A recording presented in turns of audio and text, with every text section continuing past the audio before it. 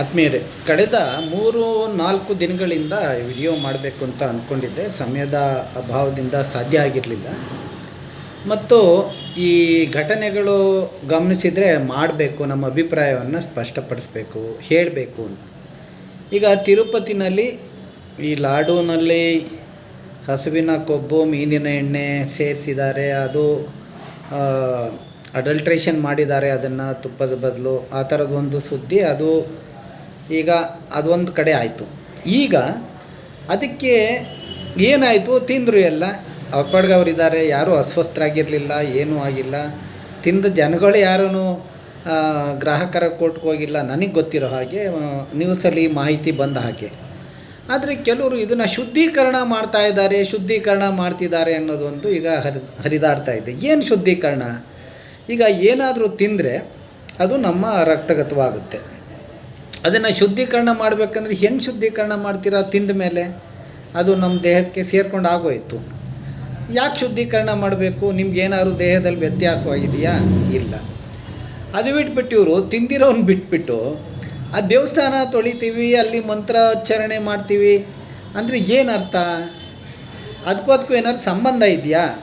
ಎತ್ತಿಗೆ ಜ್ವರ ಬಂದರೆ ಎಮ್ಮೆಗೆ ಬರೆ ಹಾಕಿದ್ರು ಅಂತ ಅಂತಾರೆ, ಎಮ್ಮೆಗೆ. ಆದರೆ ಲಾಡು ತಿಂದರು ಜನ, ಅವ್ರ ಪಾಡ್ಗವರಿದ್ದಾರೆ. ನೀವು ಈ ನಾಟಕ ಯಾಕೆ ಆಡ್ತೀರಾ? ದೇವಸ್ಥಾನವನ್ನು ಸ್ವಚ್ಛತೆಗೊಳಿಸ್ತಾ ಇದ್ದೀವಿ ಅನ್ನೋ ನಾಟಕವನ್ನು ಯಾಕೆ ಆಡಬೇಕು?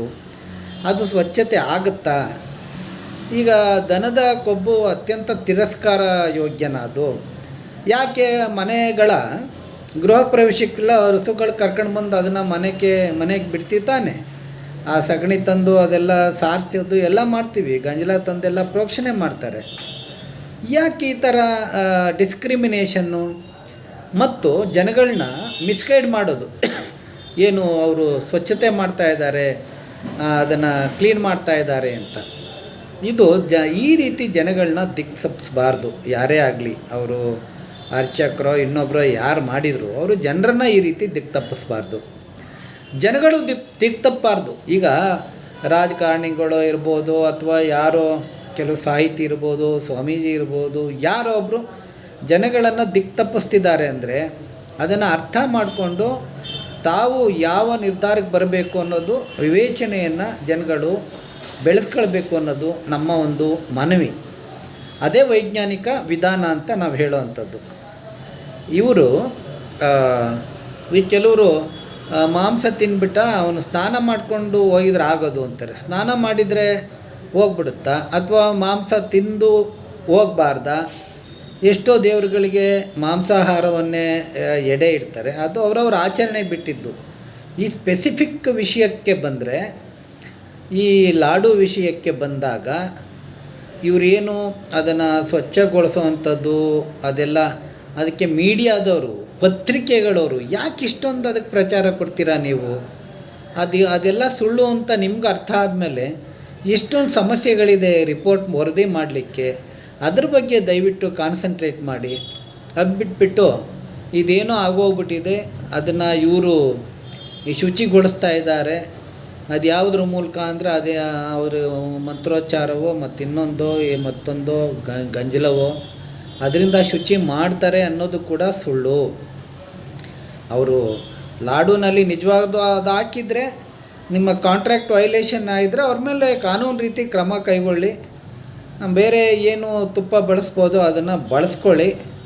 ಅದು ಬಿಟ್ಬಿಟ್ಟು ತಿಂದಿರೋರು ಕಂಪ್ಲೇಂಟ್ ಮಾಡಿಲ್ಲ, ನೀವು ಯಾರು ತಿಂದಿಲ್ಲ ಅನಿಸುತ್ತೆ ಅವರು ಹೋಗ್ಬಿಟ್ಟು ಅದನ್ನು ಸ್ವಚ್ಛಗೊಳಿಸ್ತೀವಿ, ಹಾಗೆ ಮಾಡ್ತೀವಿ, ಹೀಗೆ ಮಾಡ್ತೀವಿ ಅನ್ನೋದು ಇದು ಒಂದು ನಾಟಕ.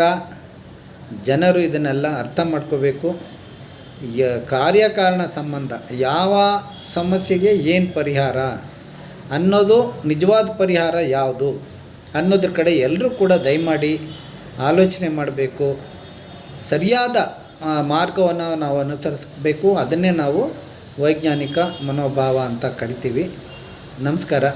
ಈ ಬಗ್ಗೆ, ನಮ್ಮ ಅಭಿಪ್ರಾಯದ ಬಗ್ಗೆ ತಮ್ಮದೇನಾದರೂ ಪ್ರಶ್ನೆಗಳಿದ್ರೂ ಕಮೆಂಟ್ನಲ್ಲಿ ಹಾಕ್ಬೋದು. ಅಥವಾ ನಮ್ಮ ಅಭಿಪ್ರಾಯ ತಪ್ಪು ಅಂದರೂ ನೀವು ನಿಮ್ಮ ಅನಿಸಿಕೆಗಳನ್ನ ಹೇಳ್ಬೋದು. ಸರಿ ಇದ್ರೂ ಹೇಳ್ಬೋದು. ವಿವೇಚನೆ ನಿಮಗೆ ಬಿಟ್ಟಿದ್ದು.